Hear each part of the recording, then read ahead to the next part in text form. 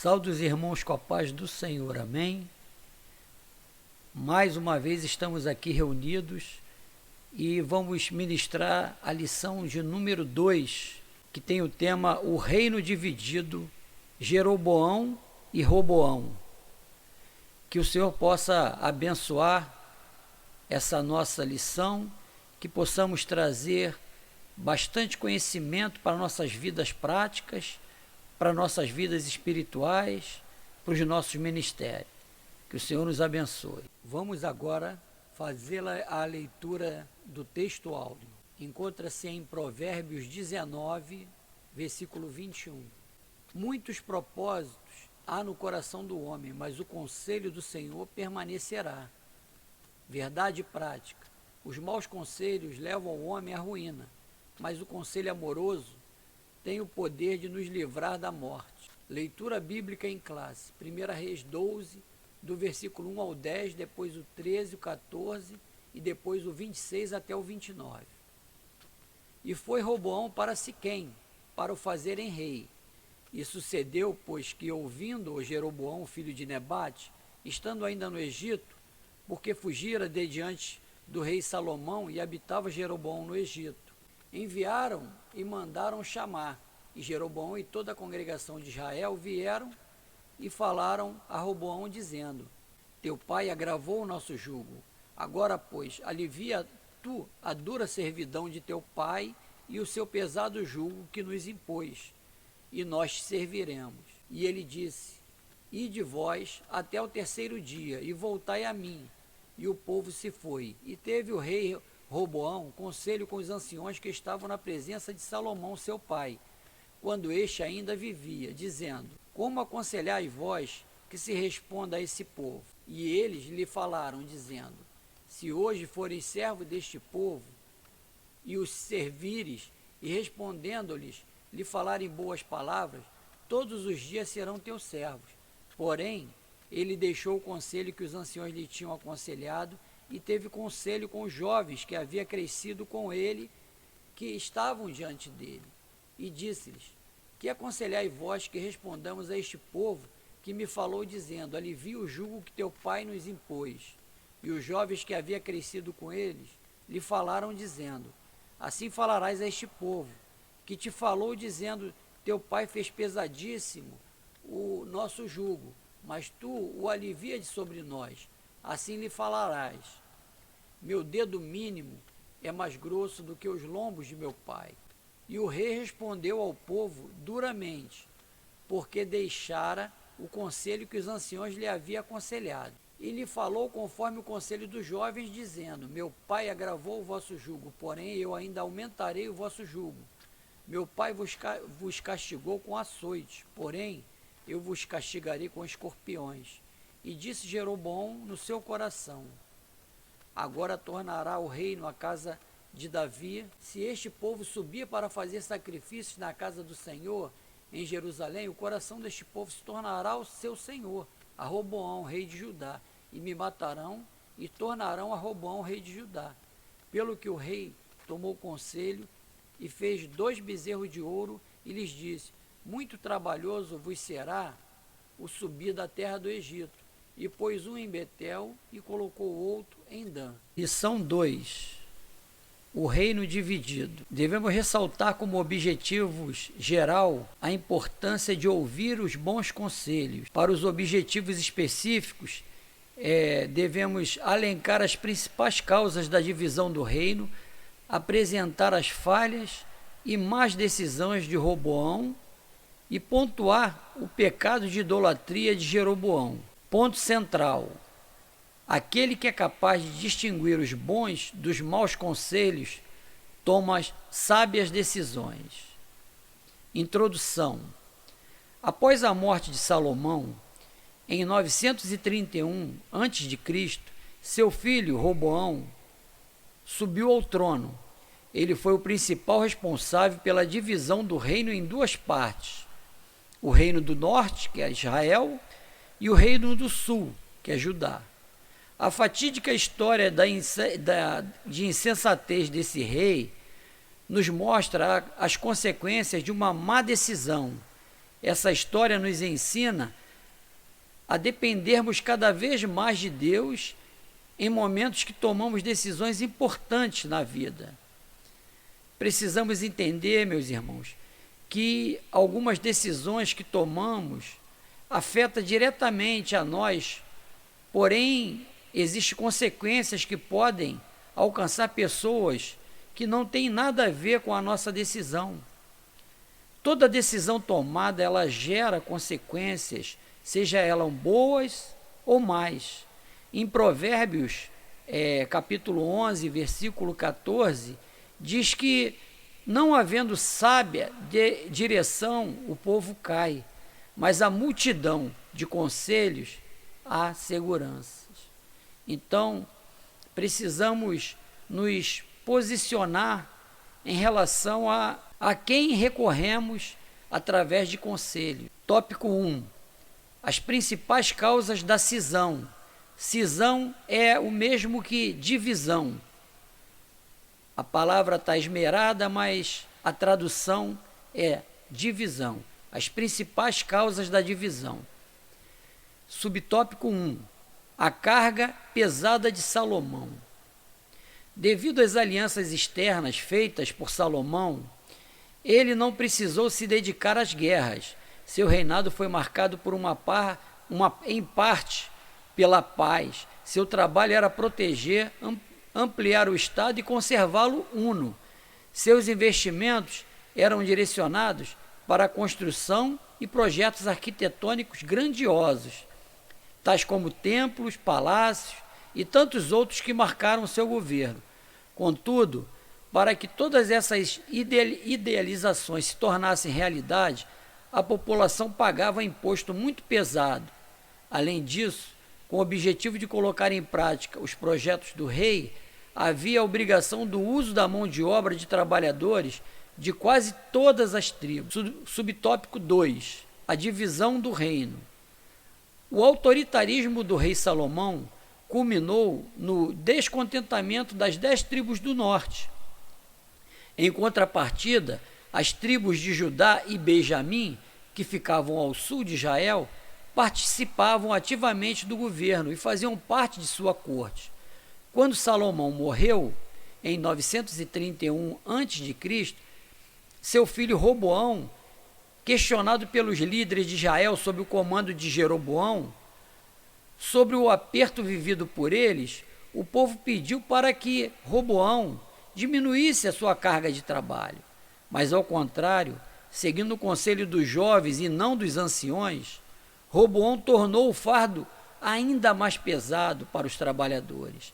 As 10 tribos do norte, sob a liderança de Jeroboão, se rebelaram contra essa decisão e formaram um novo reino, o Reino do Norte. Esse Reino do Norte é Israel, ou Efraim, que faz parte das 10 tribos que foram separadas por Deus e entregues na mão de Jeroboão. Irmãos, todo projeto tem um tempo de ser feito, só que há necessidade de dar um refrigério ao povo para depois retomar de novo os projetos.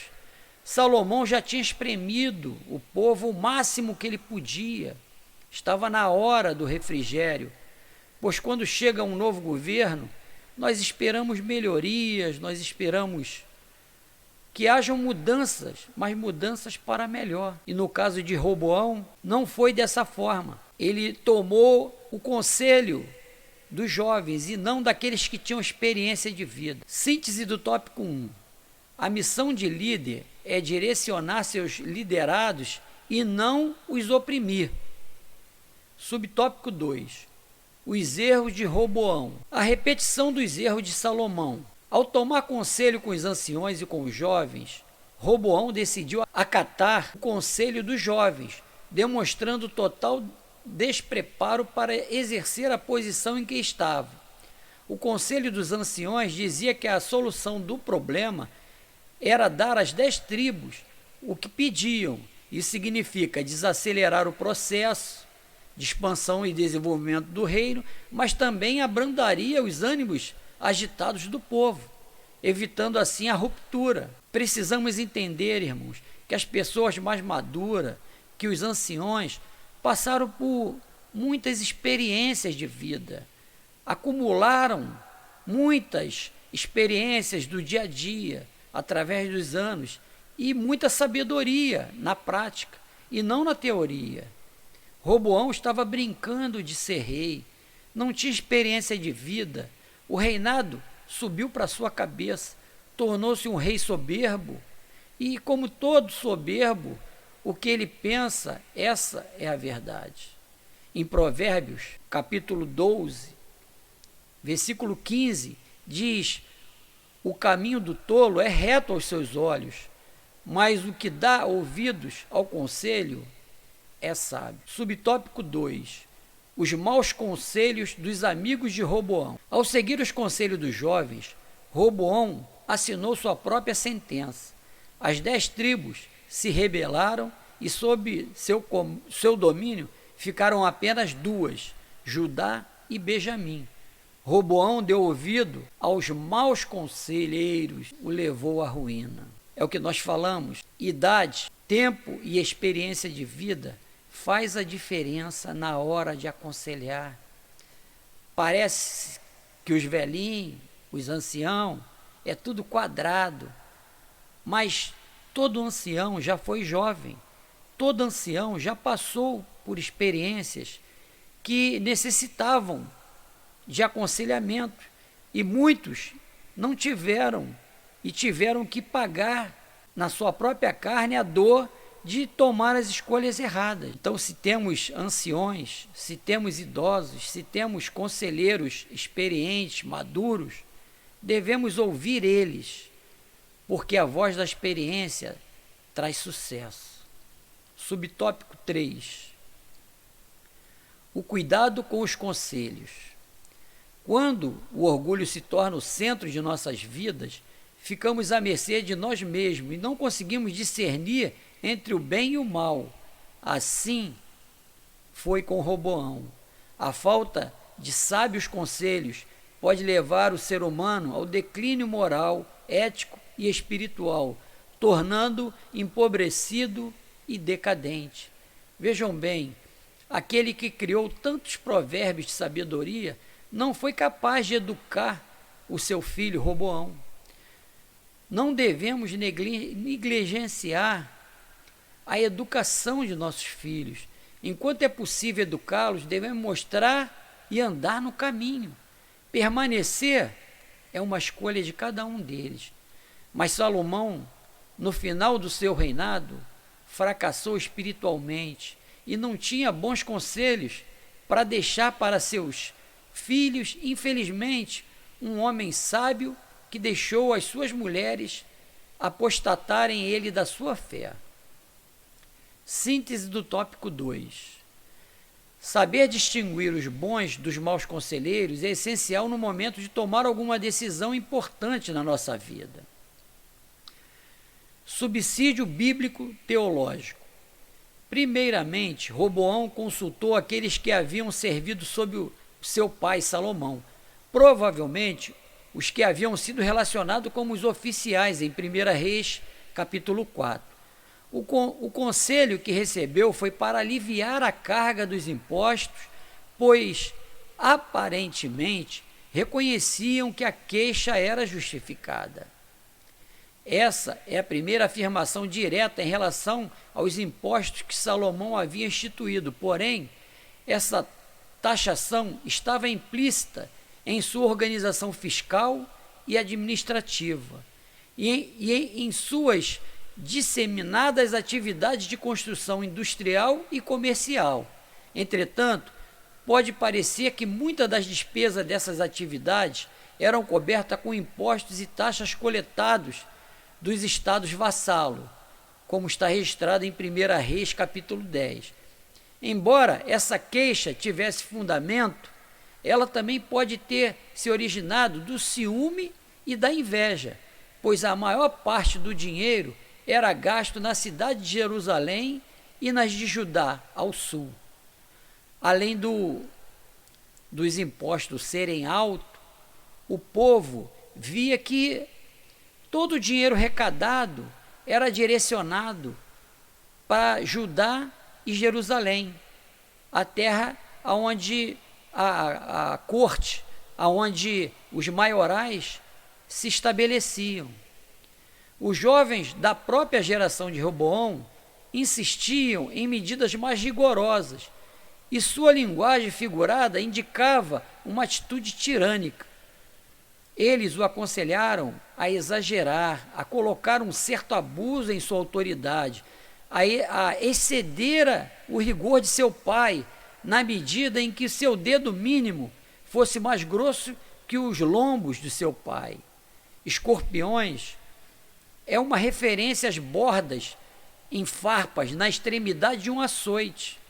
Embora tenha procurado o conselho e outros, ele se baseou em sua própria decisão, isto é, aumentar a carga de imposto ao invés de caminhar na trilha de um servo. Exatamente o que o rei de Israel deveria ser. Escolher entre ser um egoísta ou um servo é uma decisão que muitos, além de Jeroboão, já tiveram que tomar. Conheça mais as raízes da divisão nacional. A morte de Salomão abriu caminho para um dos mais traumáticos e decisivos acontecimentos da longa história de Israel.